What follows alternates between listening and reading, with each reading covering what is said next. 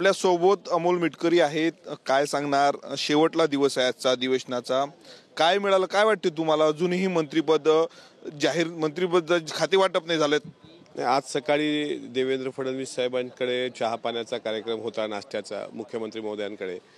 तिथे पण बऱ्याच गोष्टीची चर्चा झाल्याचं दिसतंय. मला असं वाटतं की आज सायंकाळपर्यंत खातेवाटप होईल. आज सायंकाळपर्यंत. पण इतिहासात पहिल्यांदा असं होत आहे की विना खात्याचे मंत्री आणि असा कारभार या नागपूर हिवाळी अधिवेशनाचा चाललाय. नाही, इतिहासात असं दुसऱ्यांदा होतंय.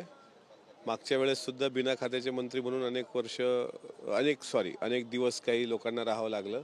पण थोडंसं मला असं वाटतं की तिघांची एकत्रित असलेल्या भूमिकेनंतर तिघांमध्ये समाधानकारक चर्चा झाल्यानंतरच खाते वाटपाचा तिढा सुटेल. काय सांगणार? संजय राऊतांनी सांगितलं की महानगरपालिकेची जी निवडणूक आहे, मुंबई महानगरपालिकेची, स्वबळावर लढण्याची तयारी आता केलेली आहे ठाकरे गटाने. नाही, महाविकास आघाडीमध्ये तिन्ही पक्ष वेगळे वेगळे लढतील असं चित्र असलं.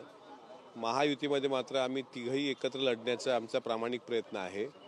संजय राऊत साहेबांनी त्यांच्या पक्षांनी काय ठरवावं हा तो त्यांचा वैयक्तिक प्रश्न आहे. पण आगामी काळामध्ये महाविकास आघाडीमध्ये मोठ्या प्रमाणात फूट पडलेली आपल्याला दिसेल. अनेक युवा नेते आज सकाळीच विजयगड बंगल्यावर अजितदादांची भेट घेऊन गेले. काहींनी पर्सनल दादांना भेटून सांगितलं की दादा आता आम्हाला पदरात घ्या, तुमच्याशिवाय काय कोणी आम्हाला नाही. अशा प्रकारे आम्हाला चिन्ह दिसतंय की पुढं फार मोठा भूकंप या महाविकास आघाडीमध्ये होणार आहे. ज्या पद्धतीनं बीडमध्ये सरपंचाची हत्या झाली, त्यानंतर धनंजय मुंडेंचे निकटवर्ती असलेले वाल्मिक कराड यांच्यावर जे ते आरोप होत आहेत आणि त्यामुळे जे ते सरकार कुठंतरी आता बॅकफूट आहे, देवेंद्र फडणवीस कुठेतरी मोठी कारवाई करण्यात येत असल्याची माहिती. त्या प्रकरणातले जे कोणी दोषी असतील त्यांच्यावर कठोर कारवाई झाली पाहिजे, ही आदरणीय अजितदादांची भूमिका, शासनाची पण तीच भूमिका आहे. उगाच धनंजय मुंडे साहेबांचं नाव गोवण्यासाठी काही लोक कामाला लागलेले आहेत. जर ते वाल्मिक कराड आणि इतर लोक दोषी असतील पोलीस चौकशीमध्ये, तर त्यांना फाशीची पेक्षाही मोठी शिक्षा झाली पाहिजे या मताचे आम्ही आहोत.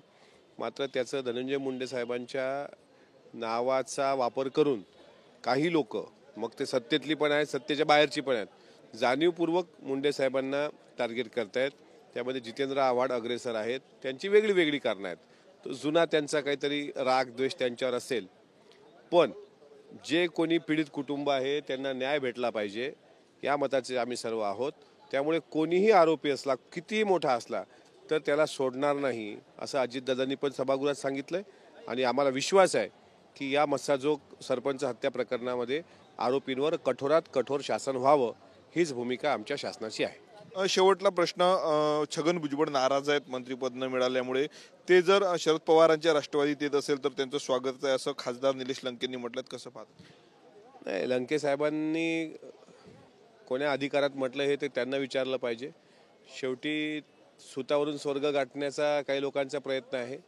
तेच तिकडे राहतात काय हाच मोठा प्रश्न आहे असं वक्तव्य त्यांनी केलंय. मात्र कोण कोण कसा संपर्कात आहे आम्ही योग्य वेळी तोंड उघडून सांगू. जाणीवपूर्वक काहीतरी मिठात खळं टाकण्याचं काम काही लोकांकडून होत असतं. भुजबळ साहेब आमच्या पक्षाचे ज्येष्ठ नेते कालही होते, आजही आहेत. त्याच्यामुळे अशा प्रकारे कोणी बोलत असेल तर त्याला फारसं काही किंमत द्यावं असं मला वाटत नाही.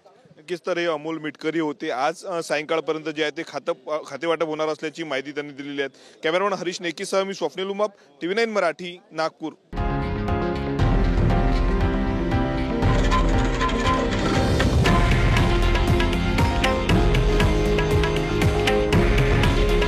हे आहे देशातील नंबर 1 न्यूज नेटवर्क आणि आपण पाहत आहात TV9 मराठी. काळजी तुमची, हित महाराष्ट्राचं.